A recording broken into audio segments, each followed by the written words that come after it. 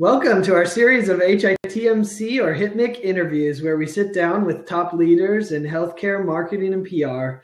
I'm John Lynn, the founder of HITMC.com and the Healthcare IT Marketing and PR Conference, a one-of-a-kind event focused on the challenges of healthcare IT marketing and PR, happening April 6th to 8th in Atlanta. If you want to join us live, this is a little preview, right? Because Marcy's been such a big part of the HITMC community.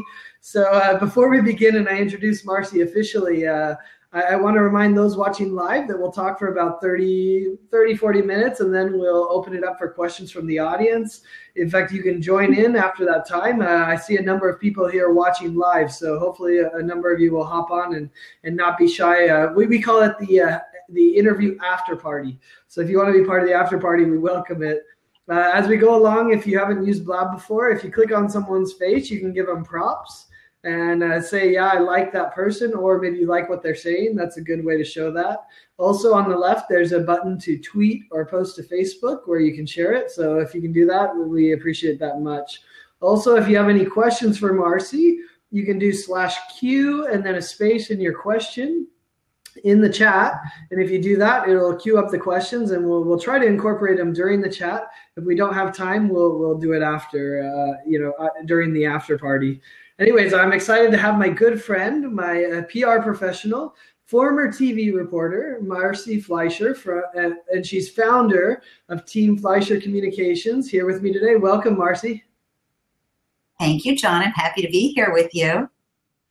So Marcy, why don't you tell us a little bit about yourself and maybe start with your experience as a TV reporter, since that's kind of how we frame the discussion today. I like to think that my first life was about TV reporting. I remember back in middle school and high school, I was the kid who came home after school, and instead of watching soap operas or cartoons, I was looking for the news. I was a news junkie. That's really why I was interested in journalism. It wasn't about being on TV. It was about being interested in the news.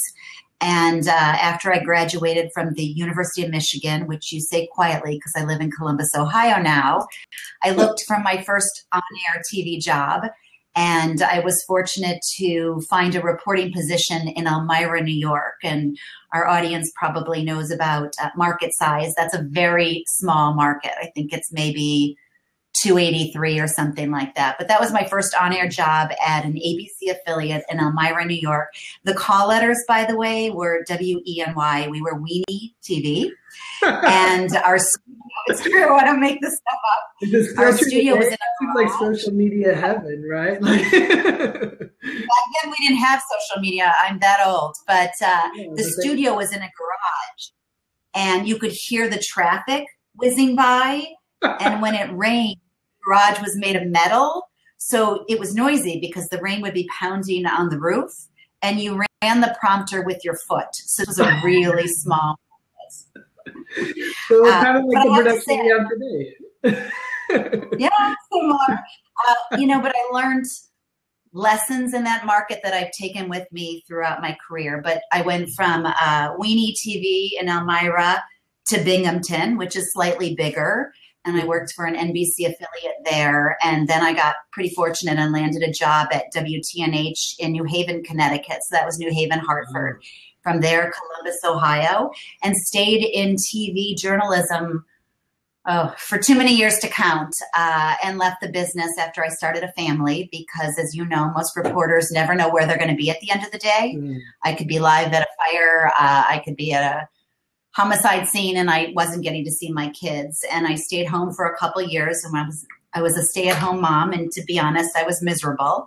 And that's when a friend said to me, "You're miserable because you're not working outside of your home. Certainly working in the home is harder." She said to me, "You're miserable because you're not getting out." And knowing that I wanted to go back to TV, but that the hours were so unrealistic for someone who wanted to see their children on a regular basis. Someone suggested PR. I knew nothing about the business, but took a leap of faith. And that was about 9 years ago. So that's the snapshot of the story, and made the transition slowly but surely. Wow, it's amazing the sacrifices a mother makes, right? So how was that transition to PR? Did you decide to just go all in yourself? Did you go work at an agency? How did you approach the transition? Because that had to be quite different. The individual that recommended PR was my hairstylist at the time. And I said I was thinking of going back to work and I wasn't sure what I could do since I'd been a reporter my whole life and didn't know if that was a good fit anymore. And he said, why don't you do PR? And I said, I know nothing about it. He said, well, I think you get people on TV. And since you were on TV for so many years, you probably know how to do that. And I thought about it and I realized I did know how to get people on TV because I understood what a story was. And I understood what reporters needed to tell a story. Mm. And I said I would try it with him. And as that story goes, it was only a matter of weeks before he was on the morning news in Columbus, Ohio, doing makeovers. And I realized very quickly, if I understood what reporters needed to tell their story, I could tell other people's stories for a living. So it's not really that different to reporting. I suppose the difference is, one, I have to put my story in an influencer's hands. That's hard when I used to be the one to write and report the story.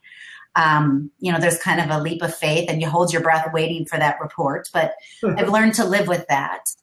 And I suppose the other big change is having editorial content taken away from me, so to speak, that I can't spin every story the way I would like. But because I know how reporters think, I was one for so long, I think we get along really well. And 99% of the time it works out.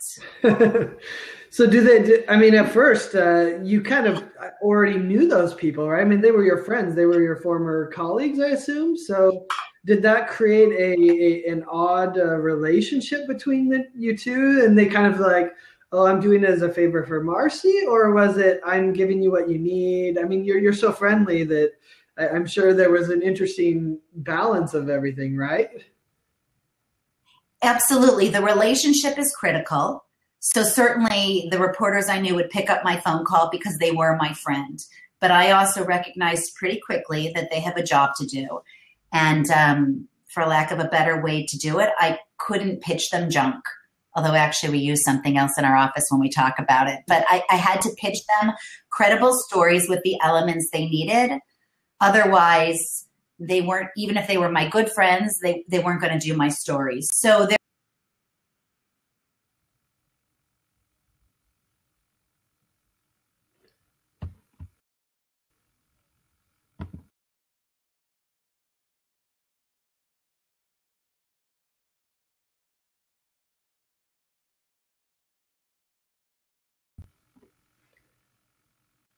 Looks like I lost Marcy. there is that balance. Anyone else lose her? Or is it just me?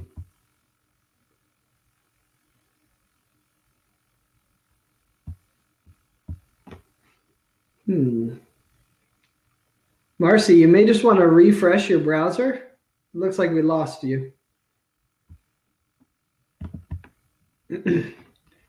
Thanks, Liz. Thanks, John. Hopefully she can just refresh and come back in. Live by the tech, die by the tech.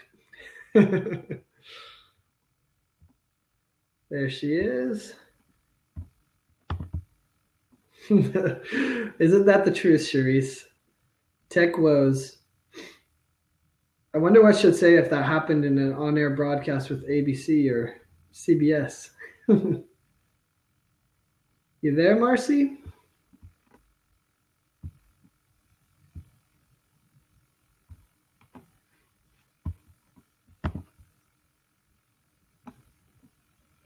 There I am. Yep. No worries. Live by the tech, die by the tech, right? I think that's the equivalent in TV broadcasting. The minute you go off the air, now I'm double. It's all right. You're fine on my end. Can you hear me okay? Yep, you're fine. Okay. So the minute you go off the air on TV, you remember to cut your mic.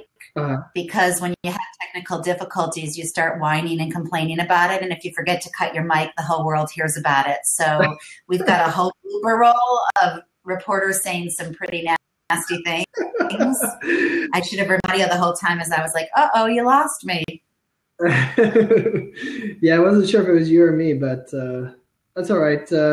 Yeah, so I mean, you were talking about your relationship with your reporter friends, but you had to pitch a great story.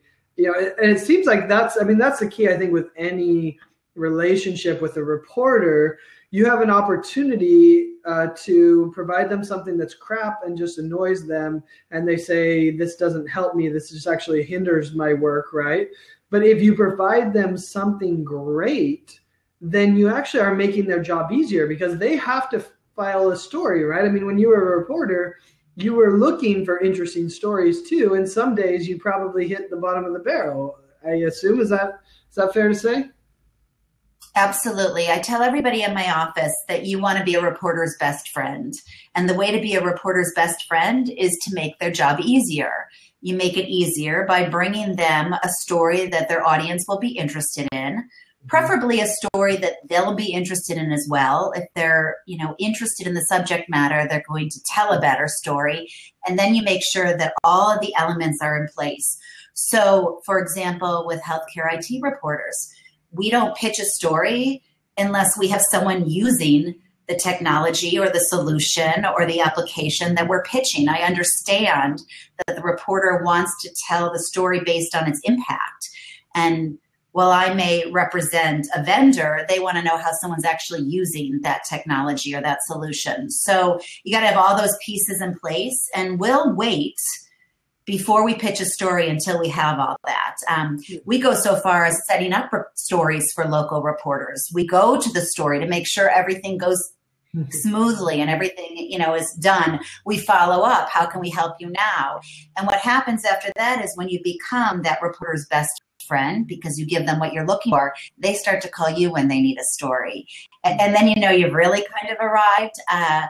It's not uncommon every couple of days for reporters to call us now and say, I'm doing a story on A, B, or C. Can you help me find a thought leader, an expert, a victim, a solution, and using our people to tell those stories. And then you've got it right.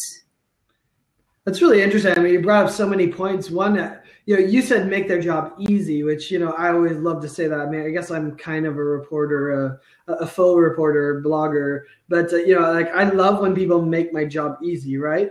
But, I think the golden nugget beyond that, right, is if you make them look good, right? Because if they're a reporter reporting an awesome story, then they look good, right? So it's almost that next step, like make their job easy, but also make them look really good. I think that's the next stage of it, right? In TV, we started every morning with an editorial meeting, and all the reporters and all the producers and all the executives sat around a big table and then around the table, and you had to give 2 to 3 story ideas every single day. In a mid-sized market, that gets challenging, and you're on the spot. So if you could feed a reporter a story that will be of interest to their news director and their producers, absolutely you've made them look good. And they make me look good because the client is happy. So working together, that's part of the piece of the puzzle is helping them look good. And they can take all the credit for it. I have no problem with that. But yeah, we feed reporters stories on a regular basis. We're about to enter February, which is sweeps month for TV stations. And we're on the phone regularly with producers in multiple markets talking about potential sweeps stories. And, that's the golden ticket. If you come to your editorial meeting, you've got some great special reports, and we've given you that special report and helped you put together, then we're both happy. Nice. So it's interesting. Like, let's say some people watching want to get some access to the local reporter. I mean, you kind of described the process once you have them, right? But not all of them are like you, where they have their number, they have their cell phone, and they know they're going to pick up because they're your friend. What's the best way to get access to a local reporter? I'm sure you've reached out to other markets where you didn't have friends. What's the process there? I mean, is it just pure grit, or what's been your approach? For local reporters, they are fairly accessible to almost anyone. You could call a newsroom and ask to speak to a reporter and tell them that you have a story. I don't suppose you could do that with, you can't just call Tom Brokaw or somebody on the national news, but you can certainly call a local reporter. Most local reporters on their websites, most local TV stations have reporters' email addresses. Those are their direct emails. You can email them. Social media has made it really easy to tweet a reporter, to direct message a reporter, use LinkedIn, use Facebook. We're a little bit old school at Team Fleisher Communications. While we email all the time and we tweet reporters all the time, we pick up the phone. And in a market like Columbus, Ohio, which is the 32nd market, and we still do a lot of local placements in this market, we pick up the phone and we call a reporter. We follow up every email pitch with a phone call. When we're working in bigger markets, I think it always surprises the people that work with me that you can still call somebody at the New York Times, at the Wall Street Journal, at the USA Today. You might get voicemail, but there's a phone number and you could reach out to them. And again, if they're a good reporter, they're looking for stories all the time and they'll take your phone call.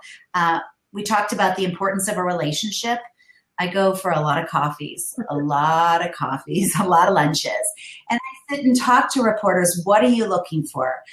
What is of interest to you? What is of interest to your audience? And I take a lot of notes so I know exactly what they're looking for.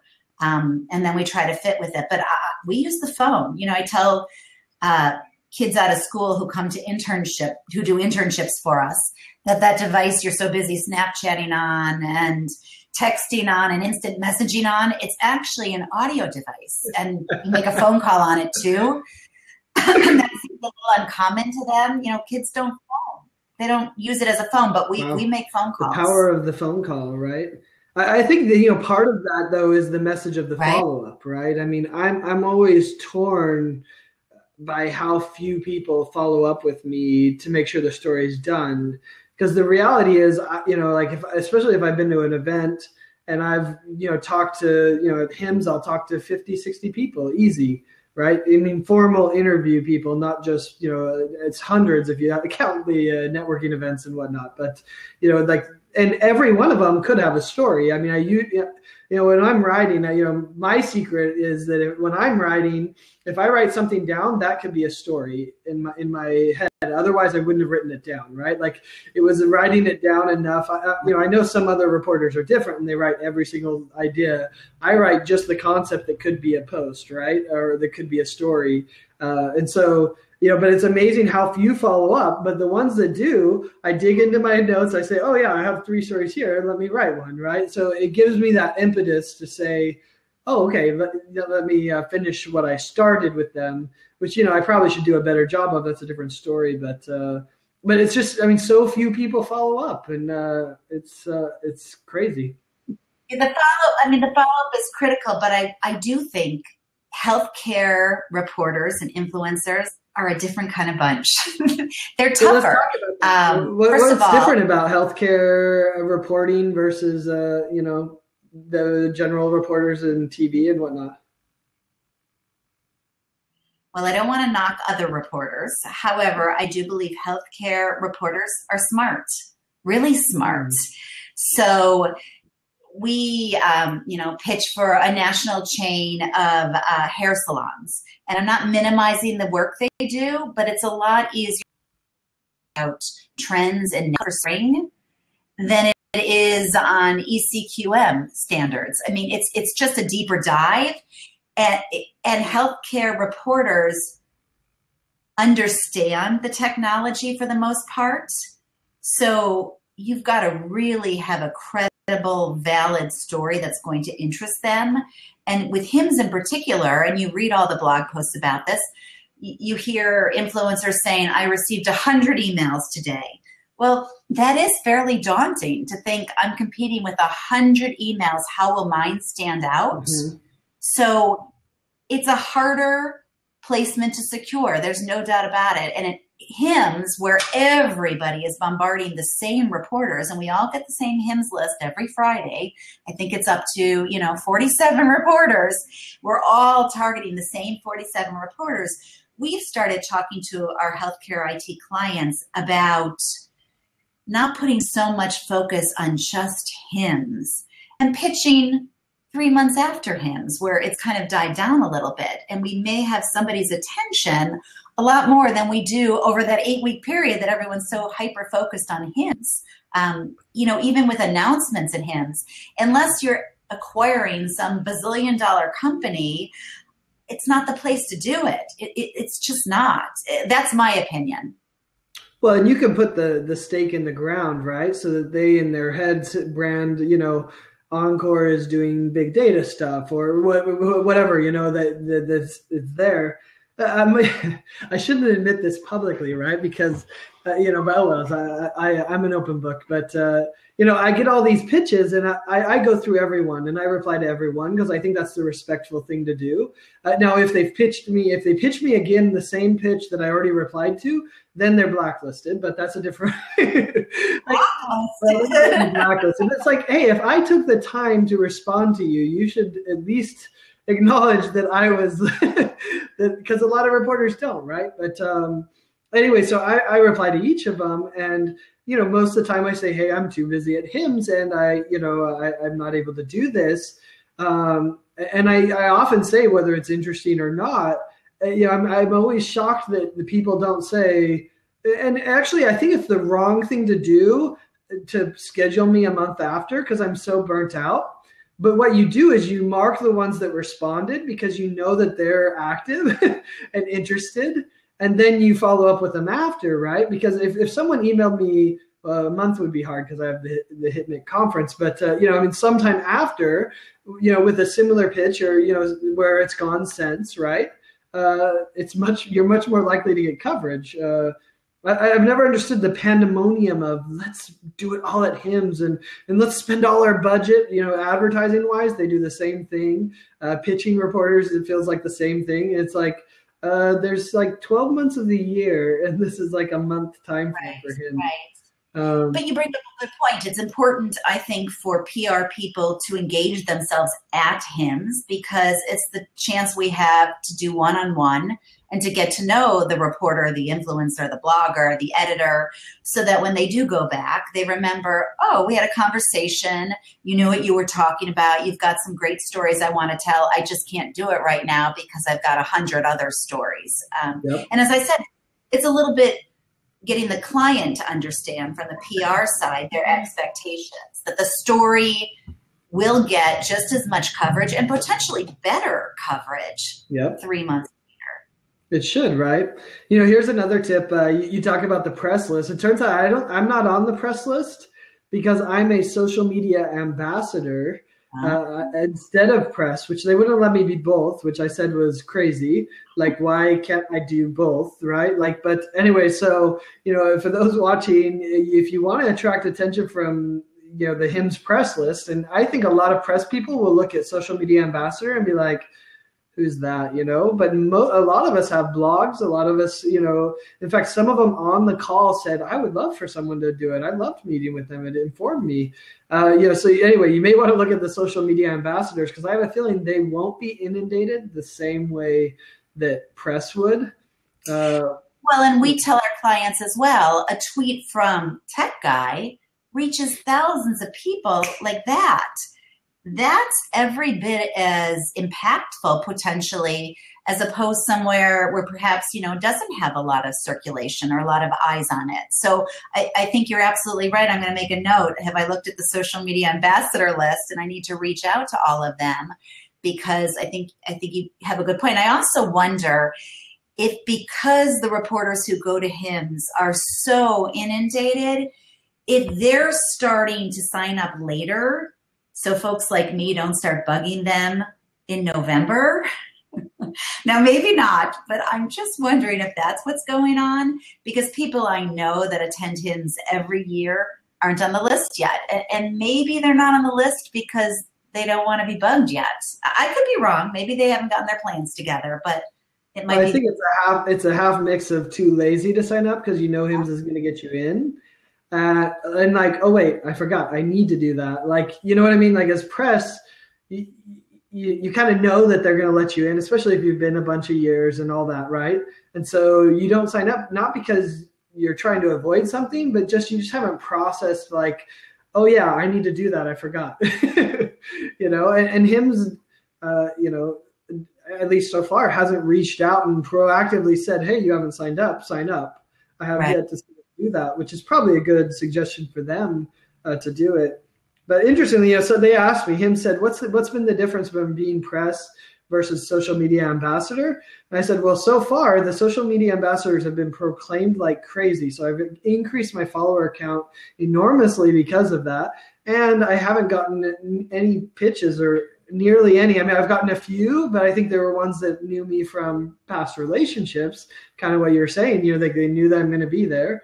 So I don't know, it's just an interesting insight, I think, there. But I think, going back to your point, I think you're right. Like, you can't write about healthcare IT if you don't have some knowledge of it, right? Like, you have to have some basic knowledge. Otherwise, the target audience that you want, which is hospital CIOs, right? Doctors, practice managers, people like that.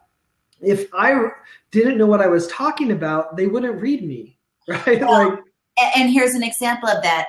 Our agency represents clients in all different industries, not just health IT.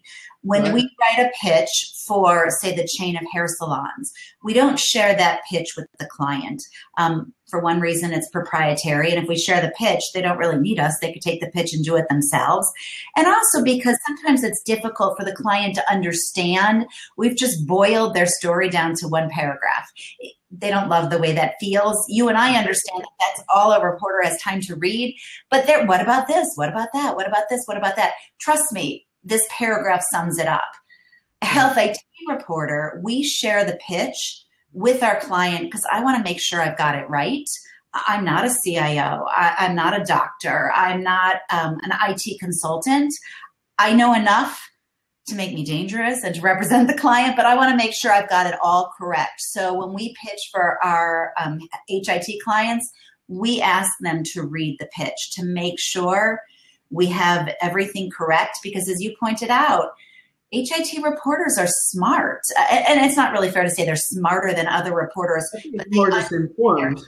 Right. And their audience, listen, CIOs are smart men and women. I mean, you have a lot of knowledge to be a CIO at a health system. So their audience demands that the people reporting on the industry get it as well. And as I said, it makes it's a tougher client for us to have. Not everybody in the office pitches HIT work here because they got to understand it. Your eyes sometimes glaze over when you're talking EHR and EDW and CQM. I mean, not everybody in my office honestly knows what I'm talking about. Huh? Yeah, I mean, all the buzzwords. But I think maybe that's the difference. It's interesting you say smarter. I'd like to accept that, even though I'm not comfortable with it.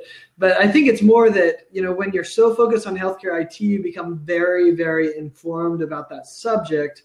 Whereas when you're a TV reporter or a newspaper reporter, one day you're covering the fire, the next day you're covering the salon products, the next day you're covering the conference in town. So you don't have the opportunity to go as in depth. So Well, stroke general assignment reporters, they got to be a jack of all trades. They've got to be really versatile, because one day you could be covering crime, one day you could be covering the courthouse, one day you're covering politics. So that's their strength, is their versatility. I was very versatile when I was a reporter.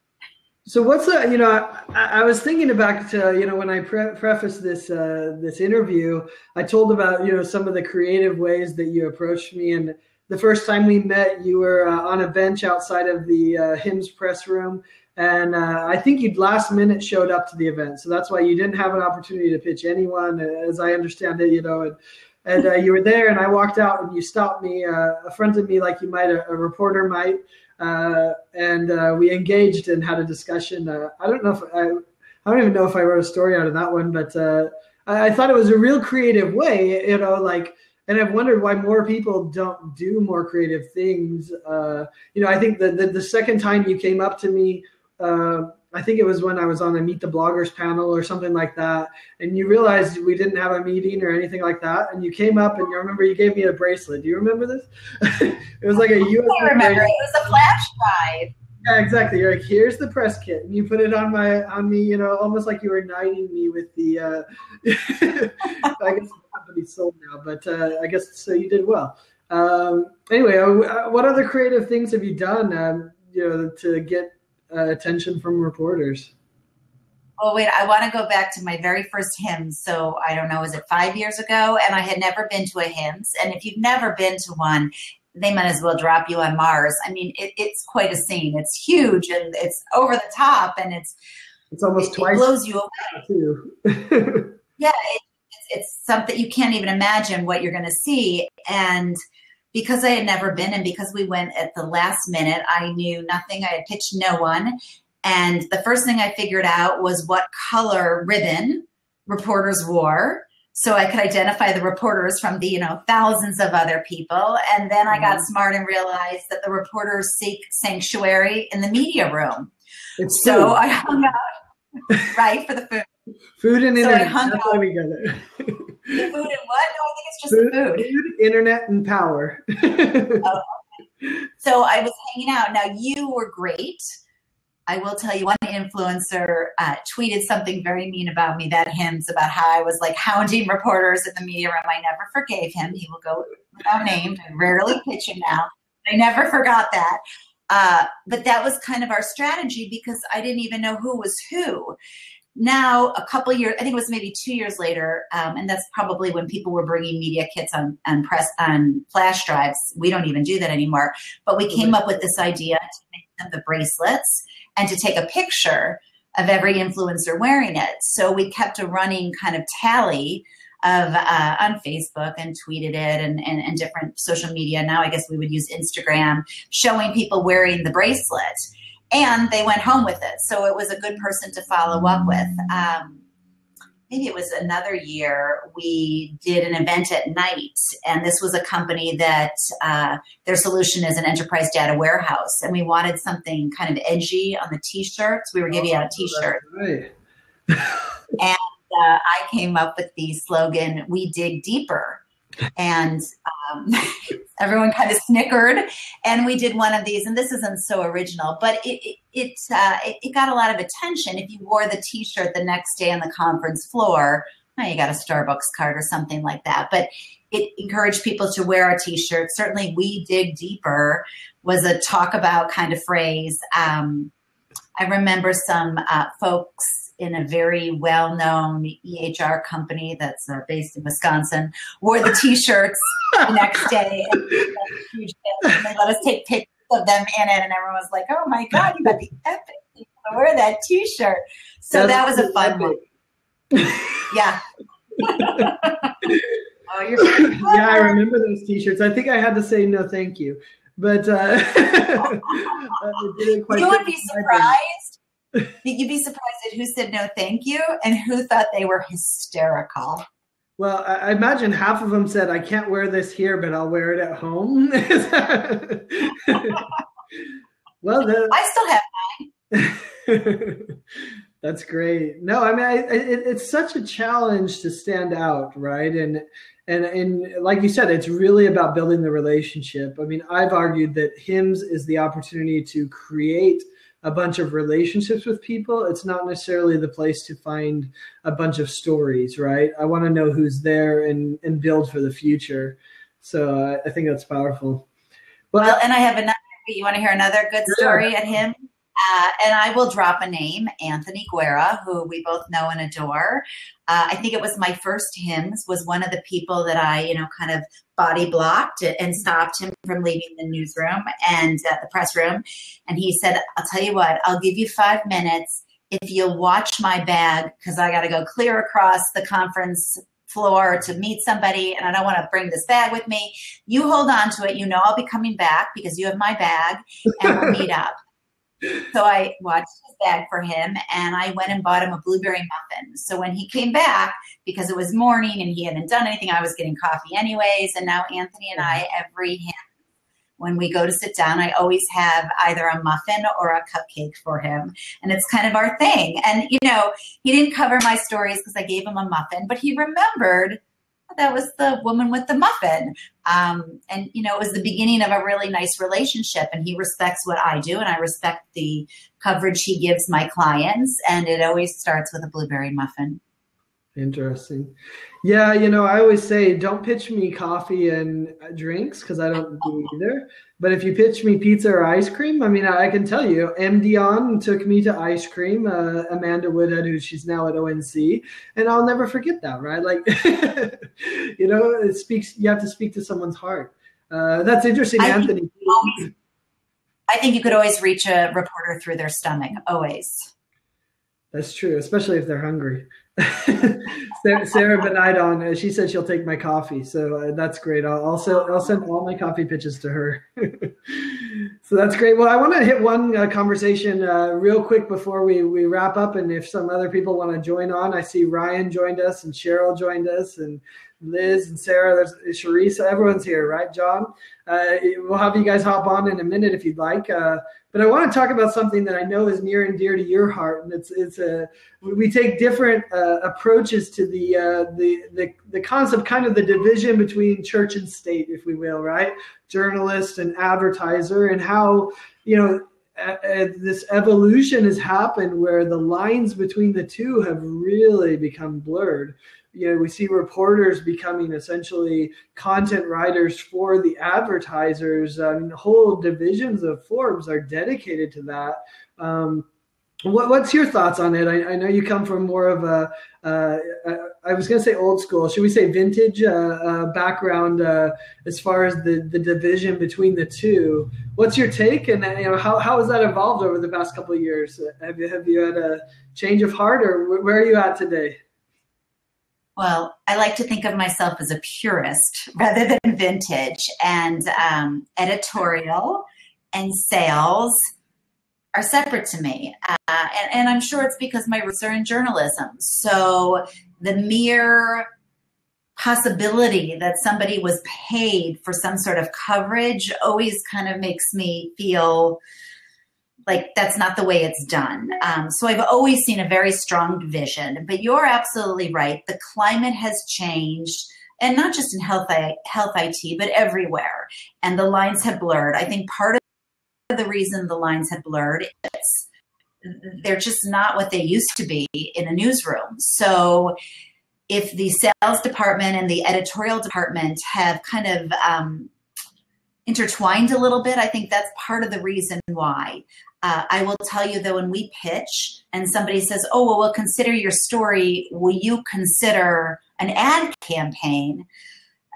We send it off to somebody else who handles that. With that said, what is different, I think, in health IT, or what we've experienced more, is, as you said, content that perhaps is paid that runs alongside earned media coverage. So white papers, bylines content, blog posts. It is what it is, and it's here to stay. It's not going to change. So have I evolved? Yes, I've evolved a little bit, as anybody should. To say that I've embraced the idea would be an overstatement, but I accept that it's part of the equation when you're dealing with this industry. And there's a time and a place for paid content. I understand that most outlets don't want to run my client's 8-page white paper. They can't give me 8 pages because it's interesting. I've got to buy that placement. And I do understand that, and I've learned to live with it. How's that? That's interesting. Yeah, you know, and I've certainly evolved. I've certainly evolved, right? Because it is a challenge. Right? To maintain the quality of what you provide, but you also have to run a business, right? I mean, you have to feed the family. So, you know, it's an interesting challenge. You know, my thinking's evolved to the approach of, you know, you pay for placement and priority. You don't pay for the actual content that's being provided. And so, you know, I mean, to me, that's, I think, the key differentiator when I think about sponsored content.